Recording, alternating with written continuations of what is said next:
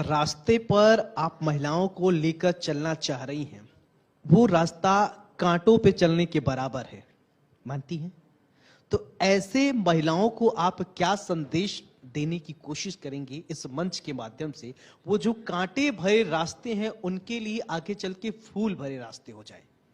जी, शुक्रिया है इस मंच का, जो मैं सारे देश के महिलाओं से कहती हूं कि आप किसी से डरने की जरूरत नहीं है। आप अपने आप में सब कुछ हो, आपको कोई भी नहीं डरा सकता। अगर आप स्ट्रांग हो तो 1 लाख मर्दों से भी फाइट कर सकती हो, आपको कोई भी नहीं गिरा सकता।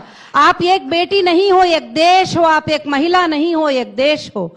और मैं यही आपको इस मंच से देना चाहती हूं कि आप महिला हैं, मगर वही दिल, वही आंखें, वही जज्बा, वही खून आपके जिस्म में है जो मर्द कर सकते हैं, उससे बढ़कर काम आप कर सकते हैं। मुझे लोग पहले सताते थे, डराते थे, कहते थे, ट्विटर पे बड़े बड़े एमपीस होने वाले ट्वीट कर देते थे कि रोटी पका लो, नेशनल पार्टी बनाने की क्या जरूरत है। मैंने उसके जवाब में यह दिया कि मैं रोटी भी बना सकती हूं, देश को भी चला सकती हूं, मगर आप देश चला सकते हो, रोटी नहीं बना सकते। तो इसलिए हम सबके साथ फाइट कर सकते हैं और हम बड़े ताकतवर हैं। आप ये मत समझो कि इनके पास पावर है तो ये करेंगे, पैसा है तो ये करेंगे। हम बगैर पावर के, बगैर पैसे के भी सब कुछ हैं, क्योंकि हमारे बगैर ना भाई है, हमारे बगैर ना शोहर है, ना हमारे बगैर बेटा है, ना हमारे बगैर देश है। तो हम ही सब कुछ है। इस बात को जैसा आपने जिस तरीके से प्रेजेंट किया, यही कहा जा सकता है, न हो साथ कोई, अकेले बढ़ो तुम, सफलता तुम्हारी कदम चूम लेगी। लेकिन एक महिला, और वो भी इस तरीके से आगे बढ़ना, मुस्लिम महिलाओं को और कहां एजुकेशन की जरूरत है, कैसे आप अवेयर करेंगे? क्योंकि छोटा तबका नहीं है, बहुत ज्यादा और बहुत कॉम्प्लिकेटेड मानसिकता के लोगों से लड़ते हुए आपको वहां से निकालना है लोगों को और समाज के मुख्य धारा से जोड़ना है। उसके लिए आप कितना तैयार हैं? जी, मैंने बहुत शिक्षा दी है। अब मैं जो जरूरत करती हूँ, ये एक शिक्षा जो जरूरी महसूस करती हूँ, मैं माफी चाहती हूँ, आपको बताना चाहती हूँ कि पिछले दिनों से मुझे तरह तरह से सताया गया कि मुझको दबा दिया जाए, और ये किसी और तबके ने नहीं किया। हमारे जो मुस्लिम फेस कहलाते हैं, जो पार्लियामेंट्स में खड़े होते हैं, मैं नाम जिक्र नहीं करना चाहती, उनको बहुत डर लग गया कि मुस्लिम महिला अगर आगे आ गई तो क्या होता है, तो मुझे लीगल में फंसाया गया। आप साहब का जिक्र नहीं कर रही हैं, आप हैदराबाद से आती हैं जी, तो बोल दीजिए ना। जी जी जी, उन बहुत कोशिश किए गए और छोटे झूठे FIR किए गए और मुझे दबाने की कोशिश, मेरे फेस को नहीं लाने की कोशिश, बहुत सारे कोशिशें किए।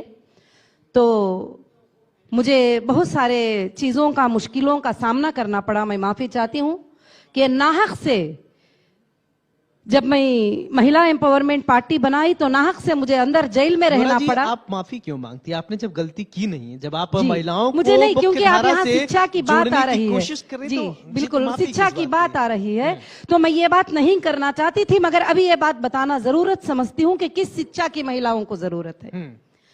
तो जब मैं अंदर नाहक के FIR से मैं अंदर चली गई, मुझे अंदर डालने की कोशिश किया गया। मैं 10 अक्टूबर को तेलंगाना में अनाउंस करती हूं कि मैं ऑल इंडिया महिला एम्पावरमेंट पार्टी की तरफ से 119 सीट्स पे कंटेस्ट करने वाली हूं। तो मैं 14 अक्टूबर को अरेस्ट हो जाती हूं, सिर्फ 3 दिन के अंदर। तो मुझे पता नहीं था FIR किसको कहते हैं, PC किसको कहते हैं, GC किसको कहते हैं, लीगल नॉलेज क्या है। तो फिर मैं अंदर जो है लॉ पढ़ना शुरू कर ली और मैं क्रिमिनल एक्ट्स पढ़ना शुरू कर ली, क्रिमिनल बुक्स पढ़ना शुरू कर ली। फिर मैंने आने के बाद में हीरा लॉ एसोसिएट को मैंने फॉर्म किया और मैंने देखा कि कई महिलाएं वहां पर अंदर इनोसेंट हैं, वो बाहर निकल नहीं सकते हैं, उनको लीगल कोई नॉलेज नहीं है। तो मैंने लीगल पे काम किया, उन महिलाओं के लिए वकील को रखकर हजार फाइन बनना होता है, 2-2 साल अंदर रहते ही मैंने उनको बाहर निकाला। तो अब मैं जो शिक्षा की जरूरत महसूस करती हूँ देश के अंदर, जिस शिक्षा की कमी महसूस करती हूँ, वो लॉ की कमी महसूस करती हूँ। आज हमारे देश में जजेस जस्टिस की कमी है, इस वजह से करोड़ों के केस पेंडिंग पड़े हुए हैं। आज हमारे देश में लॉयर्स की कमी है, जिसमें हमारे बच्चों को लॉ की नॉलेज नहीं है। आज हमारे देश के हर बच्चे को जो है लॉ की नॉलेज देना जरूरी है, भले वो 1 क्लास क्यों ना हो, 5th क्यों ना हो, 6th क्यों ना हो। मैं चाहती हूँ सारे कॉलेजेस में 5 मिनट लॉ के लिए टाइम दे, उनको बता दे कि देश का लॉ क्या है और वो देश का, हिंदुस्तान का कॉन्स्टिट्यूशन क्या है। मैं इस पर जरूरी समझ गई। अब मैं डिजिटलाइज वाइज हर महिला को यह शिक्षा देना बिल्कुल, चाहती आप हूँ। महिलाओं को यही संदेश देना चाहती हैं, वक्त बर्बाद करने वाले को वक्त बर्बाद करके छोड़ेगा, हालातों पे छोड़ने वालों को हालात ही न छोड़ेगा। इसलिए घर से निकलिए, आगे बढ़िए और मजबूती से, दृढ़ इच्छा शक्ति से अगर आप आगे बढ़ेंगे तो आप सफलता जरूर। बिल्कुल, आप सच पर हैं, आप हक पर हैं। आप कभी पीछे मत जाइएगे, इस मर्द ने सता दिया, मैं अब क्या करूंगी। औरत को लोग ये बोलकर सताते हैं, उस पर एक छोटा सा इल्जाम लगा दो गलत का तो फिर वो गिर जाती है, बुखार आ जाती है, ओढ़ के सो जाती है।